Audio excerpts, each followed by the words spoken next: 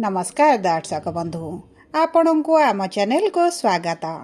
पवित्र मकर संक्रांतिर हार्दिक अभिनंदन एवं शुभेच्छा जणाई आजर कार्यक्रमटी को आग को बढ़ाइबा एवं जानिबा मकर संक्रांति दिन सूर्यंकर जो मकर राशि को चलन होइछि एवं सेठारे उत्तरायण हेबा समस्त धनु राशिर व्यक्ति विशेष मानकु कि प्रकार फल प्रदान करिवे। देखंतु दर्शक बंधु आजिर भिडियोटी आपण मानक पई बहुत अधिक गुरुत्वपूर्ण रहिछि कारण सूर्य आपणक राशि बाहरी मकर राशि रे प्रवेश करिवे एवं शनि राशि रे प्रवेश करिबा एही मकर संक्रांति दिनटी आपणक पई बहुत अधिक खास रहिछि। सूर्य शनि मध्य जेहेतु शत्रुता आचरण रहिछि सेथि पई मकर संक्रांति परे बहुत बड़ बड़ परिवर्तन आसिबो आपणक जीवन रे। किंतु समस्त धनुराशि व्यक्ति विशेष मानकु एका प्रकारर प्रभाव पड़िबो नाही।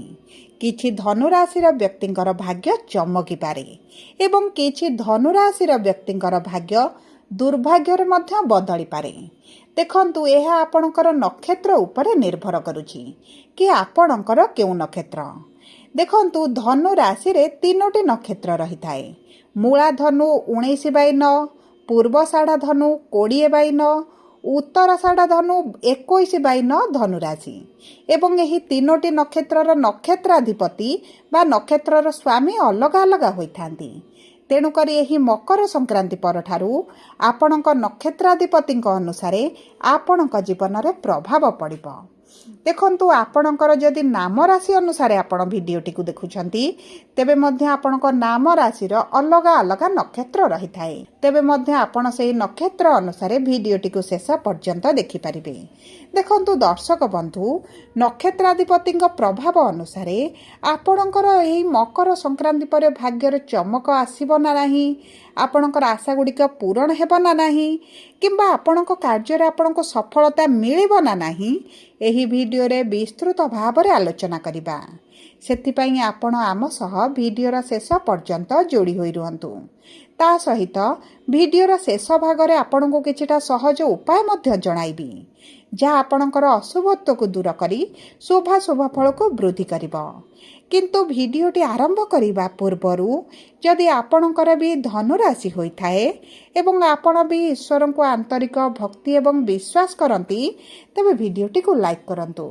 कमेंट बॉक्स रे जय जगन्नाथ जय मां लक्ष्मी अवश्य लिखि दियंतु।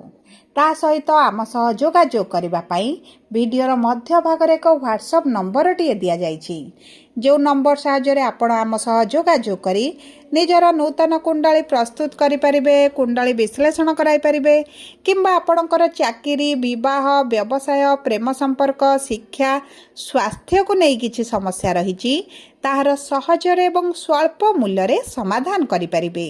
सेथिपई आपण आम सह भिडियोर शेष पर्यंत जोड़ी होई रुहंतु। ता सहित आम सह जोगाजोग करी निजर समस्यार समाधान करंतु। एबे आसंतु कार्यक्रमटी को आग को बढ़ाइबा एवं जानिबा एही मकर संक्रांति परे आपणकर राशि लग्न नक्षत्र अनुसारे आपणक जीवन रे की प्रकार प्रभाव पड़िबो। देखंतु आपणकर एही 2025 मार्च मास 29 तारिख ठारू शनिकर अढ़ेटी आरंभ होईची जे कारणरू आपणकर स्वास्थ्य रे टिके समस्या रहिची, स्वास्थ्य आपणकर खराब रहुची एवं आपण आर्थिक समस्या देई गति करूछंती। आपण ऋण आनिछंती किंतु ऋण टिके सुझी पारु नाहंती। ऋणर भार आपणक ऊपर बढ़िबार लागिछि। ता सहित आपणक परिवार रे वर्तमान खुशीर वातावरण नाही। किछि समय आपणकर अर्थ को नहीं, किछि समय आपणक परिवार रे अन्य कारण गुडी को नहीं खुशीर वातावरण रही नहीं। विद्यार्थी माने मध्य शिक्षा क्षेत्र रे बहुत अधिक समस्या देखुचंती। आपणकर समाज रे मान सम्मान हानि सहित अजथा खर्च गुडी आपणकर बढ़ी जाउची। आपण बहुत अधिक मानसिक दुश्चिंता रे रहुचंती एवं देखंतु बहुत गुडी धनु राशि रे व्यक्ति विशेषंकर चाकरी मध्य एही 2025 रे चली जाईछि एवं किछि चाकरी रे मध्य समस्या देखुचंती एवं चाकरी रे मध्य अस्थिरता रहिछि। ତା ସହିତ ସନ୍ତାନ ସନ୍ତତିକୁ ନେଇ ଯେଉଁ ଆପଣଙ୍କର ଚିନ୍ତା ଗୁଡ଼ିକ ବଢ଼ିଯାଇଛି, ଦାମ୍ପତ୍ୟ ଜୀବନ ପ୍ରେମ ଜୀବନରେ ସମସ୍ୟା ବଢ଼ିଯାଇଛି, ଏହି ମକର ସଂକ୍ରାନ୍ତି ପରଠାରୁ ତାହା ବଦଳିବ ନା ନାହିଁ, ଏହି ଭିଡ଼ିଓରେ ଆପଣ ଯୋଡ଼ି ହୋଇ ରହିଲେ ନିଶ୍ଚିତ ଭାବରେ ଜାଣିପାରିବେ। ଦେଖନ୍ତୁ, ଆପଣଙ୍କର ନକ୍ଷତ୍ର ଅନୁଯାୟୀ ଆପଣଙ୍କ ଅଲଗା ଅଲଗା କ୍ଷେତ୍ରରେ ପରିବର୍ତ୍ତନ ଆସିବ, କିନ୍ତୁ କେଉଁ କ୍ଷେତ୍ରରେ ଆସିବ ତାହା ଆପଣଙ୍କୁ ବିସ୍ତୃତ ଭାବରେ ଜଣାଇବି। କ'ଣ ପ୍ରତିକାର ରହିଛି ତାହା ମଧ୍ୟ ଆପଣଙ୍କୁ ଜଣାଇବି। ଦେଖନ୍ତୁ, ସର୍ବପ୍ରଥମ ରାଶି ହେଉଛି ମୂଳା ନକ୍ଷତ୍ର ବା 19/9 ଧନୁ ରାଶି ଏବଂ ଏହି ନକ୍ଷତ୍ରର ନକ୍ଷତ୍ରାଧିପତି ହେଉଛନ୍ତି କେତୁ। ସର୍ବପ୍ରଥମେ ଦେଖନ୍ତୁ, ଆପଣଙ୍କ ପ୍ରଥମ ଗୃହରେ ବା ଆପଣଙ୍କ ରାଶିରେ ସୂର୍ଯ୍ୟ ମଙ୍ଗଳ ବୁଧ ବିରାଜମାନ ହୋଇଥିଲେ। ସୂର୍ଯ୍ୟ ମକର ସଂକ୍ରାନ୍ତିରେ ଦ୍ୱିତୀୟ ଗୃହକୁ ଗୋଚର କଲେ। 16 ଜାନୁଆରୀରେ ମଙ୍ଗଳ ଗୋଚର କରିବେ ଏବଂ 17 ଜାନୁଆରୀରେ ବୁଧ ଆପଣଙ୍କ ରାଶି ତ୍ୟାଗ କରି ଆପଣଙ୍କର ଧନର ଗୃହରେ ଲକ୍ଷ୍ମୀଙ୍କ ଗୃହରେ ପ୍ରବେଶ କରିବେ। ଦେଖନ୍ତୁ, ଆପଣଙ୍କର ନକ୍ଷତ୍ରର ସ୍ୱାମୀ କେତୁ ହୋଇଥିବାରୁ ଏବଂ କେତୁ ଆପଣଙ୍କର ଭାଗ୍ୟର ଗୃହରେ ଥିବାରୁ ଏହି ସମୟ ମଧ୍ୟରେ ଭାଗ୍ୟ ଆପଣଙ୍କର ସାଥ ଦେବ। କିନ୍ତୁ ଯେତେବେଳେ ଶନିଙ୍କ ରାଶିରେ ସୂର୍ଯ୍ୟ ପ୍ରବେଶ କରିବେ, ଆପଣଙ୍କ ଆର୍ଥିକ କ୍ଷେତ୍ରରେ ଟିକେ ସମସ୍ୟାଟି ବଢ଼ିଯିବ। ଆପଣଙ୍କର ଖର୍ଚ୍ଚ ବଢ଼ିଯିବ, ଯେଉଁ କାରଣରୁ ଆପଣଙ୍କର ଅର୍ଥ ସେଭିଙ୍ଗସ୍ ରହିବ ନାହିଁ। ତା ସହିତ ଦେଖନ୍ତୁ, ଆପଣଙ୍କର ଦ୍ୱାଦଶ ଗୃହ ଏବଂ ପଞ୍ଚମ ଗୃହର ସ୍ୱାମୀ ମଙ୍ଗଳ ଯେତେବେଳେ ଦ୍ୱିତୀୟ ଗୃହରେ ପ୍ରବେଶ କରିବେ, ଆପଣ ଶିକ୍ଷା କ୍ଷେତ୍ରରେ ଯେଉଁ ସମସ୍ୟା ଗୁଡ଼ିକ ଆସୁଥିଲା ସେଥିରୁ ଆପଣ ବାହାରକୁ ଆସିବେ। ଆପଣଙ୍କର ଯଦି କିଛି ଏକ୍ଜାମ୍ ରହିଛି, ଇଣ୍ଟରଭ୍ୟୁ ରହିଛି, ଏଣ୍ଟ୍ରାନ୍ସ ରହିଛି, ତାହା ଆପଣଙ୍କ ପାଇଁ ଶୁଭଦାୟକ ରହିବ। କିନ୍ତୁ ମନେ ରଖନ୍ତୁ, ଯଦି ଆପଣ ବିବାହର ଯୋଜନାରେ ରହିଛନ୍ତି, ଆପଣଙ୍କର ବିବାହ ହୋଇପାରେ। ବିବାହର ମନପସନ୍ଦର ପ୍ରସ୍ତାବ ଆସିବ, କାରଣ ଗୁରୁ ଆପଣଙ୍କ ବିବାହର ଗୃହରେ ଅଛନ୍ତି। ତେଣୁକରି ଆପଣଙ୍କର ରାଶିର ସ୍ୱାମୀ ଯେହେତୁ ଦେବଗୁରୁ ବୃହସ୍ପତି, ମନପସନ୍ଦର ପ୍ରସ୍ତାବରେ ଆପଣଙ୍କର ବିବାହ ହେବ। ଯଦି ଆପଣ ପ୍ରେମ ବିବାହ କରିବା ପାଇଁ ଚାହୁଁଛନ୍ତି, ତେବେ ମକର ସଂକ୍ରାନ୍ତି ପରଠାରୁ ବହୁତ ଭଲ ସମୟ ରହିବ।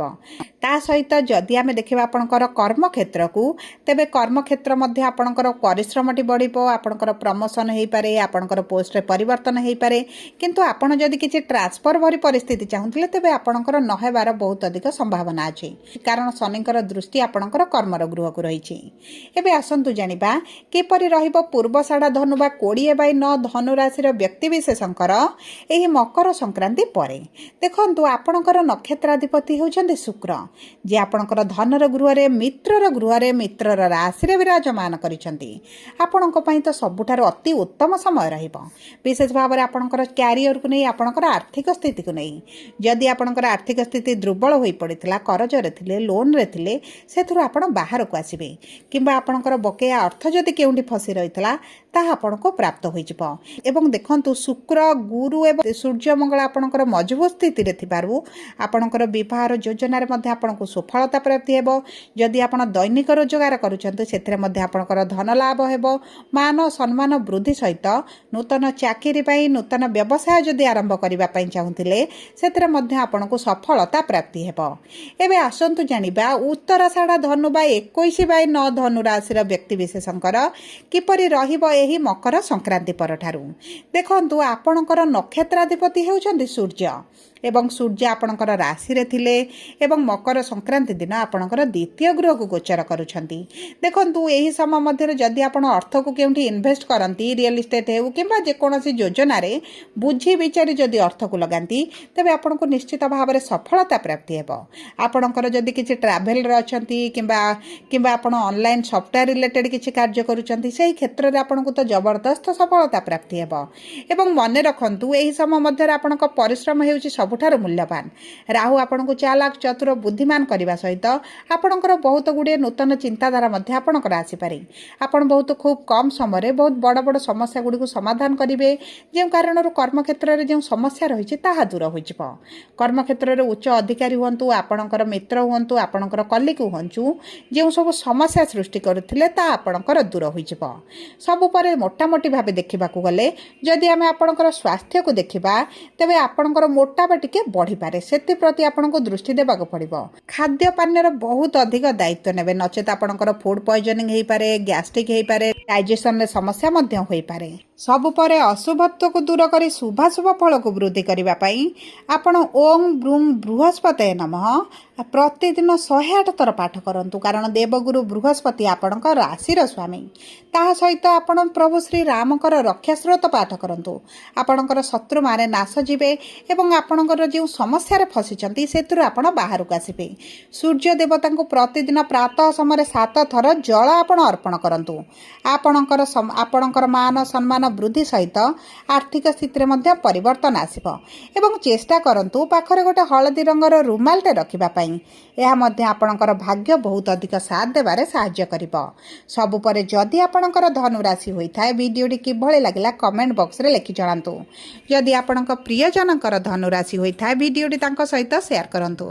ଯଦି ପ୍ରଥମ ଥର ଆମ ଚ୍ୟାନେଲକୁ ଆସିଛନ୍ତି, ଚ୍ୟାନେଲଟିକୁ ସବସ୍କ୍ରାଇବ୍ କରନ୍ତୁ। ଧନ୍ୟବାଦ।